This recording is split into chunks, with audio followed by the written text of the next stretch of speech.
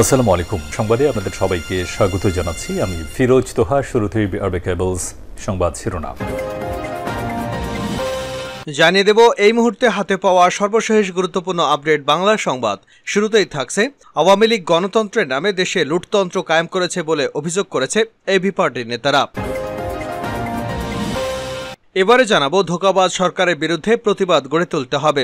ইসলামী আন্দোলন বাংলাদেশের আমির সৈয়দ মোহাম্মদ রেজাউল করিম বলেছেন, সরকার দেখাচ্ছে যে তারা ফিলিস্তিনের পক্ষে আছে, কিন্তু দেশের পাসপোর্ট থেকে অ্যাকসেপ্ট ইসরায়েল কথাটি উঠিয়ে নিয়েছে।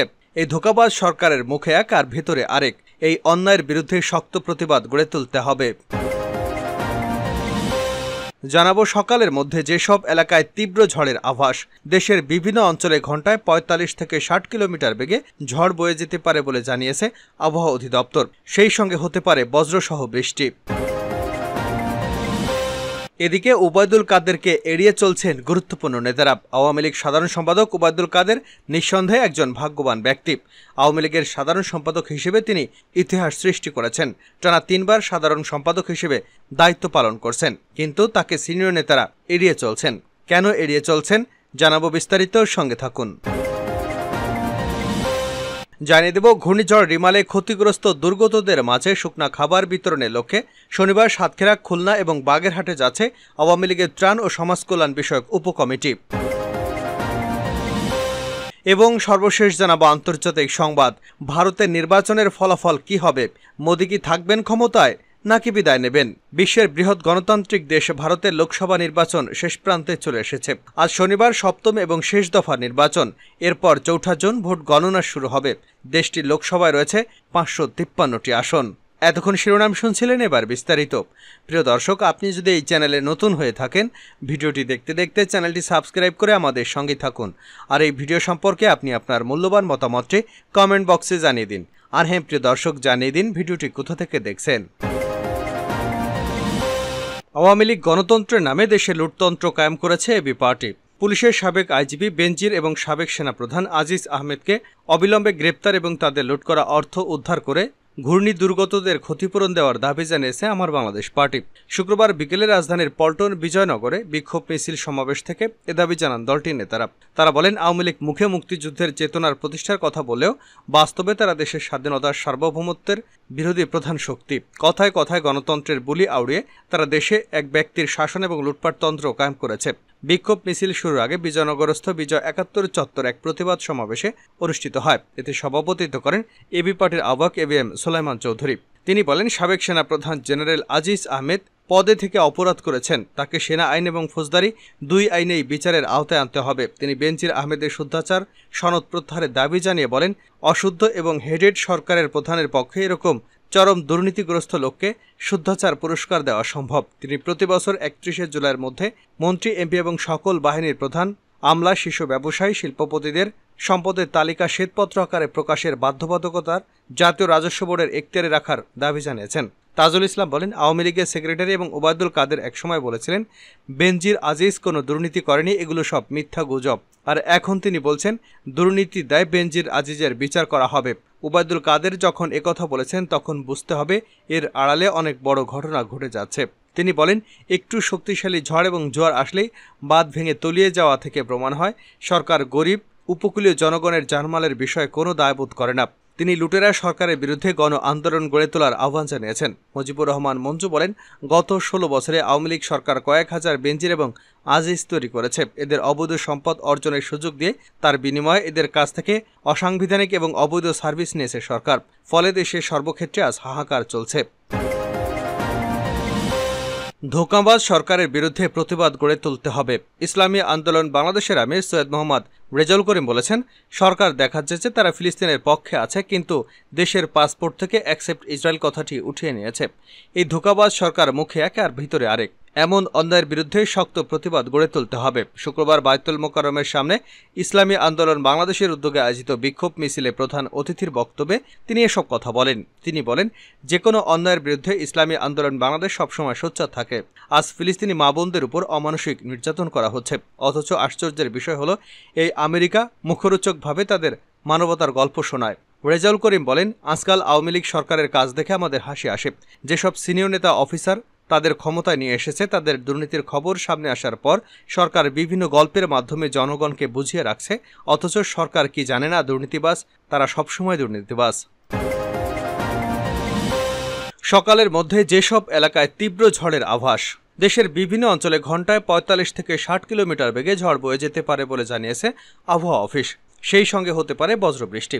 শনিবার সকাল ৯টা পর্যন্ত দেশের নদীবন্দরগুলোর জন্য দেওয়া পূর্বাভাসে এমন তথ্য জানানো হয়েছে। পূর্বাভাসে বলা হয়েছে, রংপুর, ময়মনসিংহ, সিলেট, চট্টগ্রাম অঞ্চলের উপর দিয়ে সকাল ৯টার মধ্যে পশ্চিম এবং উত্তর পশ্চিম থেকে ঘন্টায় ৪৫ থেকে ৬০ কিলোমিটার বেগে ঝড় বয়ে যেতে পারে। এ সময় বৃষ্টি অথবা বজ্রসহ বৃষ্টি হতে পারে। এসব এলাকার নদীবন্দরকে ১ নম্বর হুঁশিয়ারি সংকেত দেখাতে বলা হয়েছে। অপরদিকে ৭২ ঘন্টার পূর্বাভাসে বলা হয়েছে, রংপুর, ময়মনসিংহ, সিলেট বিভাগের অনেক জায়গায়, রাজশাহী, ঢাকা, চট্টগ্রাম বিভাগের কিছু কিছু জায়গায়, খুলনা ও বরিশাল বিভাগের ২-১ জায়গায় অস্থায়ীভাবে দমকা হওয়া সহ বৃষ্টি অথবা বজ্রসহ বৃষ্টি হতে পারে। সেই সঙ্গে ময়মনসিংহ, রংপুর এবং সিলেট বিভাগের কোথাও কোথাও মাঝারি ধরনের ভারী থেকে অতি ভারী বর্ষণ হতে পারে। পরের দিন রবিবার সকাল ৯টা থেকে রংপুর, ময়মনসিংহ, সিলেট বিভাগের অনেক জায়গায়, রাজশাহী, ঢাকা এবং চট্টগ্রাম বিভাগের কিছু কিছু জায়গায় এবং খুলনা ও বরিশাল বিভাগের ২-১ জায়গায় অস্থায়ীভাবে দমকা হওয়া সহ বৃষ্টি অথবা বজ্রসহ বৃষ্টি হতে পারে। সেই সঙ্গে রংপুর, ময়মনসিংহ ও সিলেট বিভাগের কোথাও কোথাও মাঝারি ধরনের ভারী থেকে ভারী বর্ষণ হতে পারে। ওবায়দুল কাদেরকে এড়িয়ে চলছেন গুরুত্বপূর্ণ নেতারা। আওয়ামী লীগ সাধারণ সম্পাদক ওবায়দুল কাদের ভাগ্যবান একজন ব্যক্তি। আওয়ামী লীগের সাধারণ সম্পাদক হিসেবে তিনি ইতিহাস সৃষ্টি করেছেন। টানা ৩ বারের সাধারণ সম্পাদক হিসেবে দায়িত্ব পালন করছেন। দল এবং মন্ত্রণালয় সামলাতে তিনি হিমশিম খান না, বরং ভালোই উপভোগ করেন। প্রতিদিনই তিনি দলীয় কার্যালয় অথবা আওয়ামী লীগ সভাপতির কার্যালয়ে উপস্থিত হন এবং সাংবাদিকদের ব্রিফ করেন। আর এই ব্রিফের প্রধান বিষয় থাকে বিএনপিকে গালমন্দ করা, বিএনপির সমালোচনা করা। বিভিন্ন ইস্যু নিয়ে তিনি হরহামেশাই কথা বলে থাকেন। মন্ত্রণালয়ের বিষয়ে তিনি মাঝে মধ্যে তার মন্ত্রণালয়ে সাংবাদিকদের সঙ্গে কথা বলেন। সাংবাদিকদের গালমন্দ করা এবং সাংবাদিকদের শিক্ষা দীক্ষা নিয়েও প্রশ্ন তোলেন ওবায়দুল কাদের। মিডিয়া বান্ধব একজন ব্যক্তি হিসেবেও পরিচিত তিনি সবসময় গণমাধ্যমের সঙ্গে কথা বলতে স্বাচ্ছন্দ্য বোধ করেন এবং এ কারণে তিনি প্রতিনিয়ত ইস্যু থাকুক আর না থাকুক সংবাদ সম্মেলন করেন। আওয়ামী লীগের সাধারণ সম্পাদক চান তিনি যখন সংবাদ সম্মেলন করছেন তখন দলের সিনিয়র নেতারা তার চারপাশে থাকুক। তিনি সংবাদ সম্মেলন করতে করতে পাশে নেতাদের দিকে তাকান, তারা মাথা নেড়ে ওবায়দুল কাদেরের বক্তব্যের সম্মতি জানান, আবার অনেক সময় হেসেও সম্মতি জানাতে হয়। ওবায়দুল কাদেরের এই সমস্ত বিষয়গুলো লক্ষ্য করেন। সংবাদ সম্মেলনে গুরুত্বপূর্ণ নেতারা আসলে তিনি অসন্তুষ্ট হন, তাদেরকে ফোন করে সাংবাদিকদের সঙ্গে আলাপের জন্য আসতে বলেন। সাধারণত দেখা যায় যে সমস্ত আওয়ামী লীগের নেতারা তেমন কোনো কাজ নেই বা যারা মন্ত্রিত্ব পাননি তারাই ওবায়দুল কাদেরের চারপাশে সবসময় থাকেন। এখন আওয়ামী লীগের সাধারণ সম্পাদক সম্মেলনগুলোতে নিয়মিতভাবেই দেখা যায় সাংগঠনিক সম্পাদক এস.এম. কামাল হোসেন, মির্জা আজম, এ.বি.এম. মোজাম্মেলের মতো নেতাদের। তবে এতে সন্তুষ্ট নন ওবায়দুল কাদের। তিনি চান দলের আরও গুরুত্বপূর্ণ নেতারা আসুক, বিশেষ করে দলে যারা সিনিয়র আছেন তারা যেন সংবাদ সম্মেলনে উপস্থিত হন, সেটা তিনি প্রত্যাশা করেন। কিন্তু ইদানিং এই নিয়মিত সংবাদ ব্রিফিংয়ে দলের গুরুত্বপূর্ণ সিনিয়র নেতারা গড় হাজিরা থাকছেন, তারা নানা কৌশলে এড়িয়ে যাচ্ছেন। অনেকেই মনে করেন যে এ ধরনের সংবাদ সম্মেলন প্রতিদিন দলের সাধারণ সম্পাদকের মতো গুরুত্বপূর্ণ ব্যক্তির করা উচিত নয়। বিভিন্ন যুগ্ম সাধারণ সম্পাদক দিয়ে সংবাদ সম্মেলনগুলো করানো যেতে পারে। কেউ কেউ প্রশ্ন তুলেছেন প্রতিদিন সংবাদ সম্মেলন করতে হবে কেন? আর এসব কারণেই কি সিনিয়র নেতারা ওবায়দুল কাদেরকে এড়িয়ে যাচ্ছেন? আওয়ামী লীগ কার্যালয়ে গেলে এই গুঞ্জন শোনা যায়। ভারতের নির্বাচনের ফলাফল কি হবে? মোদি থাকবেন নাকি বিদায় নেবেন? বিশ্বের বৃহৎ গণতান্ত্রিক দেশ ভারতের লোকসভা নির্বাচন শেষ প্রান্তে চলে এসেছে। আজ হবে ৭ম দফার শেষ নির্বাচন। এরপর ৪ঠা জুন ভোট গণনা শুরু হবে। দেশটির লোকসভায় রয়েছে ৫৪৩টি আসন। নির্বাচন যেহেতু শেষ, এখন আলোচনা চলছে ভোটের ফলাফল নিয়ে। নরেন্দ্র মোদীর নেতৃত্বাধীন বিজেপি আবারও ক্ষমতায় আসবে নাকি ক্ষমতার পালাবদল হবে, এ নিয়ে আলোচনা সব জায়গায়। ২০১৯ সালে লোকসভার ৫৪৩টি আসনের মধ্যে ৩৫২টিতে জয় পেয়েছিল বিজেপি নেতৃত্বাধীন জোট, যেখানে বিজেপি একাই পেয়েছিল ৩০৩টি আসন।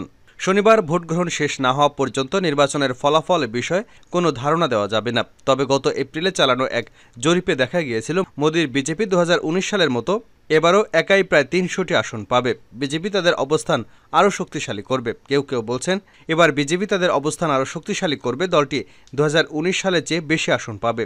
মোদী যদি ফের প্রধানমন্ত্রী হন তাহলে ভারতের অর্থনীতি স্থিতিশীল থাকবে বলে জানিয়েছে সিঙ্গাপুর ভিত্তিক এশিয়ান ইকুইটিসে জ্যেষ্ঠ বিনিয়োগ পরিচালক জেমস থম।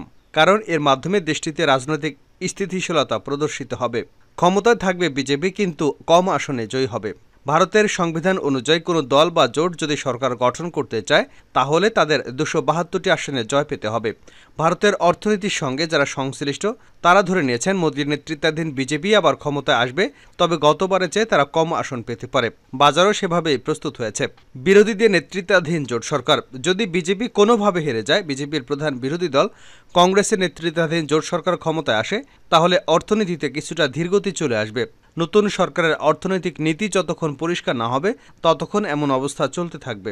এদিকে মোদীর দলের বিরুদ্ধে কংগ্রেস নেতৃত্বাধীন জোটের জয় পাওয়ার সম্ভাবনা খুব বেশি এখনো দেখা যায়নি। তবে ভোট গণনা শেষেই জানা যাবে এবার ভারতবাসী কাকে ক্ষমতায় চেয়েছেন।